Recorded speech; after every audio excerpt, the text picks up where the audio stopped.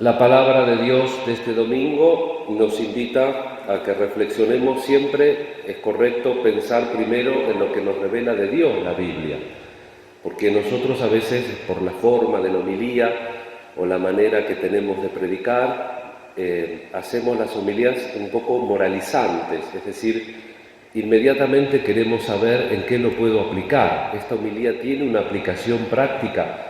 Por supuesto que todas las homilías y todas las reflexiones que nosotros podemos hacer a partir de la palabra de Dios pueden y deben tener una aplicación práctica. Pero esto es en un segundo momento y en el transcurrir de nuestra vida. Lo primero que la Biblia hace es revelarnos algo de Dios. Entonces, esta palabra que hemos proclamado del Evangelio según San Marcos nos revela muchas cosas sobre la actuación de Cristo, cosas muy importantes y cosas muy fundamentales en el orden de la existencia. Hoy, en el contexto de una sanación particular por una enfermedad muy especial, la lepra, que todavía, por ejemplo, sin irnos muy lejos, en Brasil hay una cantidad importante de leprosos, en la India ni les cuento. Por cierto que la lepra hoy tiene cura. Yo me acuerdo todavía cuando era chico, alguna propaganda de televisión que decía la lepra es curable, no sé si se acuerdan ustedes, y antiguamente me refiero más bien recientemente, había lugares, por ejemplo el leprosario en Rodríguez, lugares en Córdoba, donde no se los sacaba de la ciudad como en tiempo de Jesús, pero que tenían un lugar correcto para poder tratarse y para poder seguir las medidas medicinales para sanar esa enfermedad que también en mucho tiempo de la historia fue un estigma. Por eso la lepra en la Sagrada Escritura, en la teología, se la relaciona con el pecado. Curar de la lepra, en definitiva, es curar del pecado. Y el pecado es un estigma, porque si bien nosotros lo elegimos libremente, uno libremente puede pecar. Ustedes saben que inclusive moralmente si te obligan a hacer algo malo no es pecado, porque te están obligando. El problema es que uno libremente acepte hacer algo que está mal. Pero cuando nosotros aceptamos libremente hacer eso que está mal, cuando realizamos ese acto, sin embargo no se realiza la libertad, no somos libres, porque el pecado en definitiva esclaviza. Hacer algo que va contra la razón, en definitiva siempre el pecado va contra la razón como origen de Dios. Y Dios creó el universo y nos creó a nosotros y creó las cosas. Todo eso tiene un orden, un funcionamiento, y el pecado es cuando nosotros subvertimos o pervertimos ese orden querido por Dios. El pecado no es una cosa mágica, sino que el pecado es un desorden profundamente. Es una actitud que puede ser un acto, puede ser una conducta querida, realizada, puesta positivamente, que en definitiva, como les dije al principio, no nos hace bien, nos hace daño. Y de todo esto es símbolo la lepra. Por eso hoy terminamos el capítulo primero del Evangelio de Marcos, que hemos meditado durante estos días del tiempo durante el año, durante estos domingos, salvo un Evangelio de Juan. El resto han sido del evangelista Marcos, que como lo dijimos varias veces, nos va a acompañar durante todo este ciclo B del año litúrgico. Esta curación de la lepra tiene lugar en un momento en que Jesús se cruza con una persona estigmatizada por esto. Hemos escuchado en el Levítico cómo la persona con lepra estaba condenada a vivir fuera de la ciudad, cómo tenía que ir con harapos, taparse la boca e ir gritando impuro, impuro. En la época de Jesús ya en algunos lugares tenían la costumbre de ponerle un cencerro para que sea más fácilmente identificable esa persona. Y fíjense cómo también la lepra es en el mundo bíblico tiene que ver con lo religioso, con lo ritual. Por eso el libro sacerdotal, el Levítico, nos habla de cómo proceder con la lepra, y también la terminología que se utiliza para la lepra es una terminología ritual, pureza, impureza.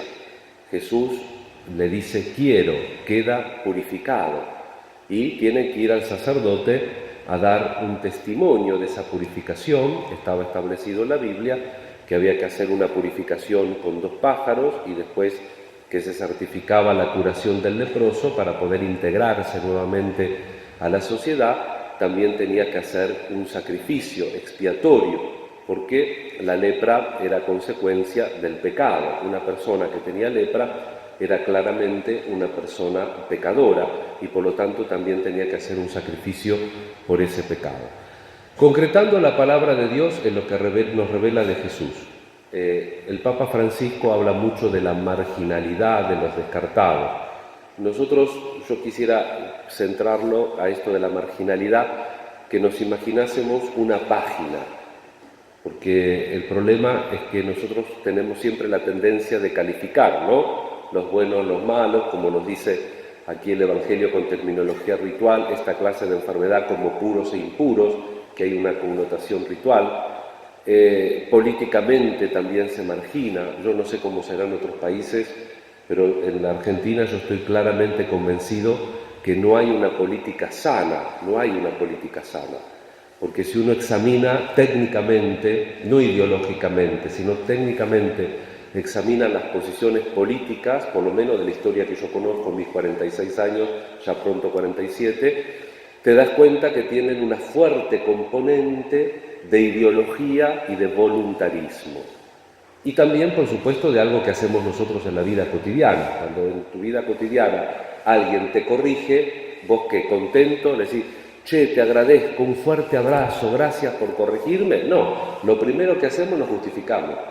Explicamos por qué esto, por qué lo otro, nos queremos enseguida justificar, no, esto yo lo hice así por esto, no, lo que pasa es que me entendiste mal, no, lo que pasa es que vos otra vez me dijiste. No hacemos eso habitualmente, yo le digo porque a mí me ha pasado. A veces espontáneamente hacemos estas cosas, no agradecemos inmediatamente la corrección.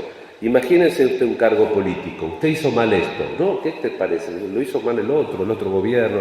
Si nunca aceptan nada, siempre hicieron todo bien. Y si aceptan algo es una aceptación formal, porque vuelvo a decir lo mismo, es un voluntarismo. Entonces me salva la receta.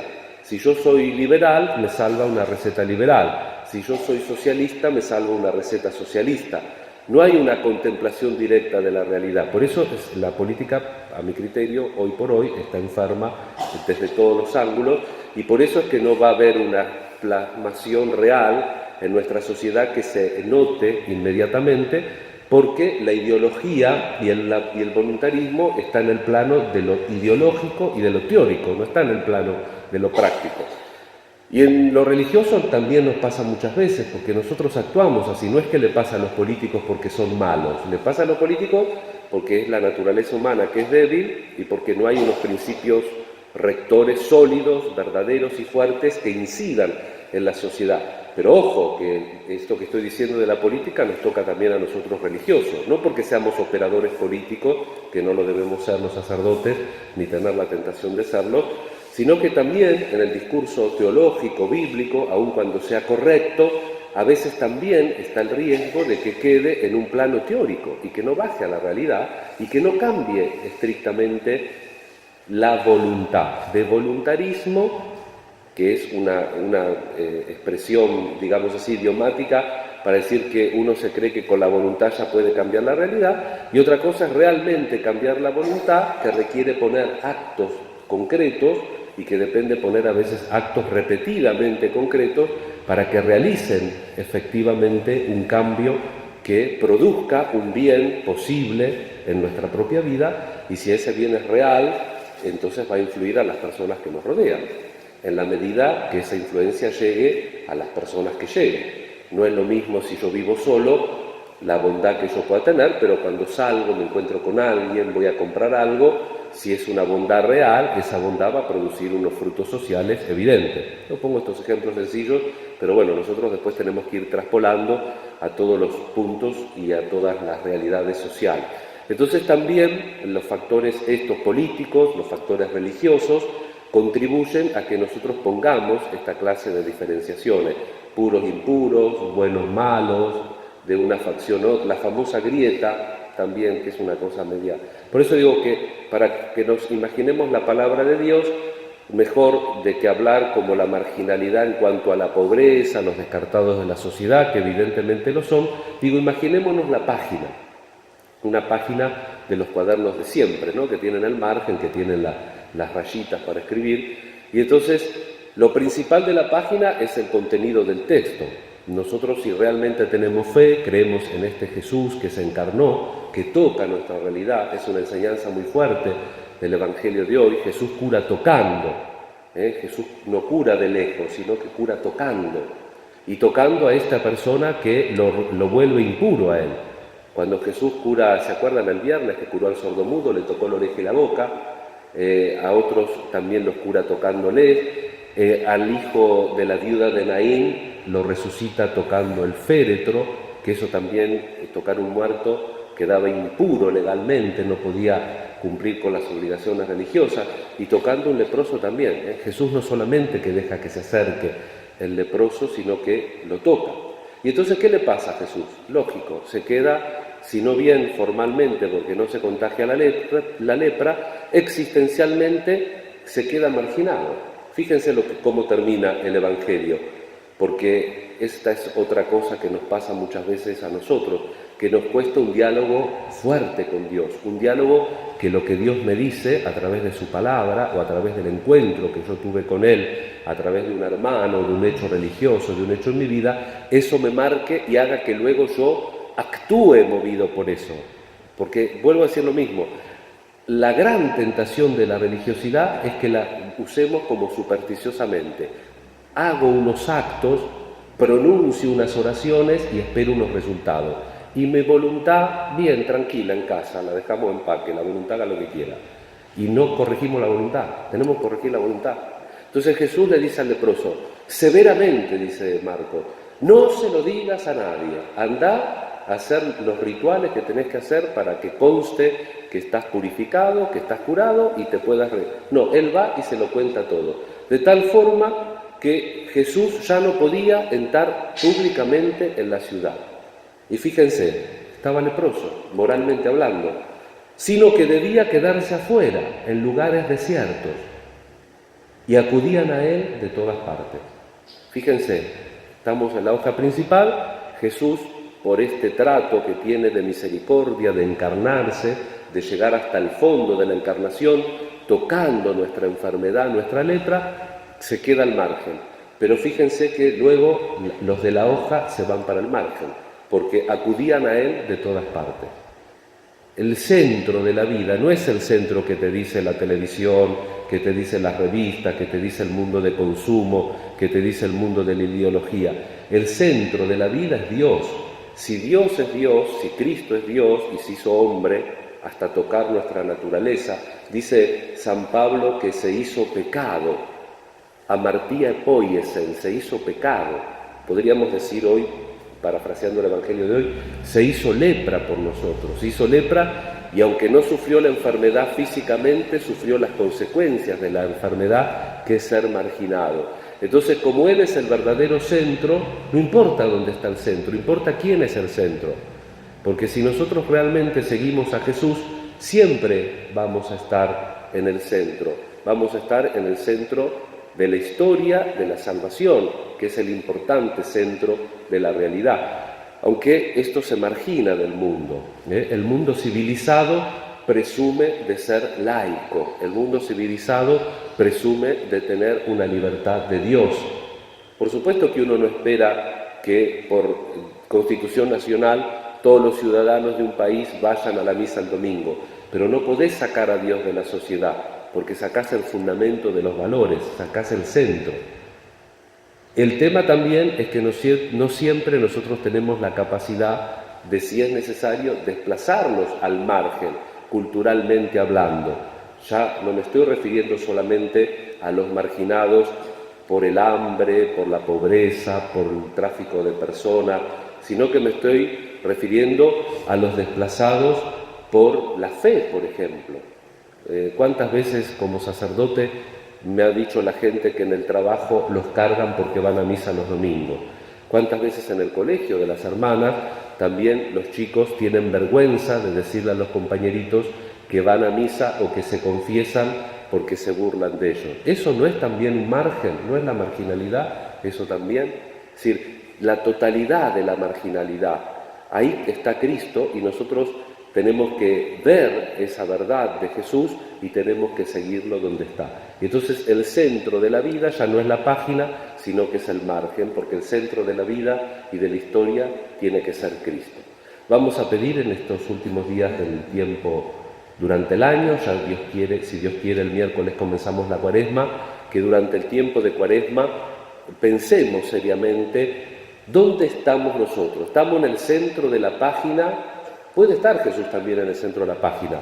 No hay que oponer, si no parecería que la iglesia tiene que ser una iglesia, bueno, también el Papa lo decía muchas veces, ¿no? De cara triste, de cosas negativas. No, tenemos que resaltar lo positivo. También parecería que la iglesia tiene que estar siempre rodeada de miseria. Jesús no dijo empobrezcanse los unos a los otros. Jesús quiere que luchemos con la pobreza. La verdadera iglesia no la hacemos empobreciendo a la gente, sino sacándonos de la pobreza. La verdadera iglesia trae al que está en el margen, lo quiere traer a la verdadera página, pero a la verdadera página, no una página ficticia, no a otra situación que no sea verdadera, que no sea auténtica, que no sea plena para la persona.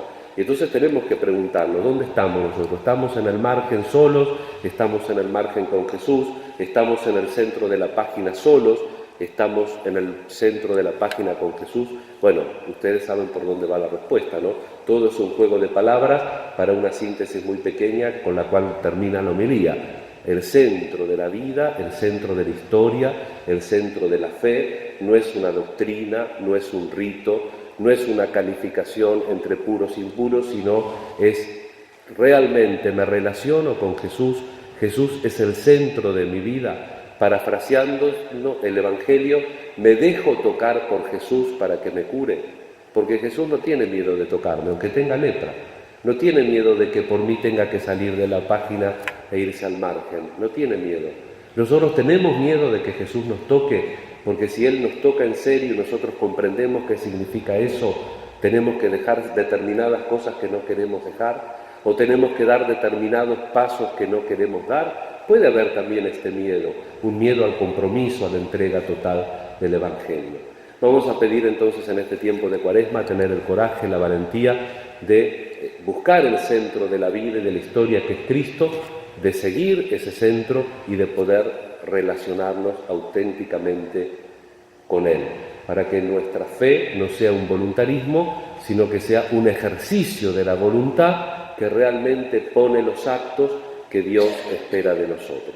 Rezamos mutuamente, contamos con la intercesión de Santa María, de nuestra patrona Santa Inés, y le pedimos al Señor también que escuche las intenciones que traemos hoy para que el Señor las realice en nuestra vida. Así sea.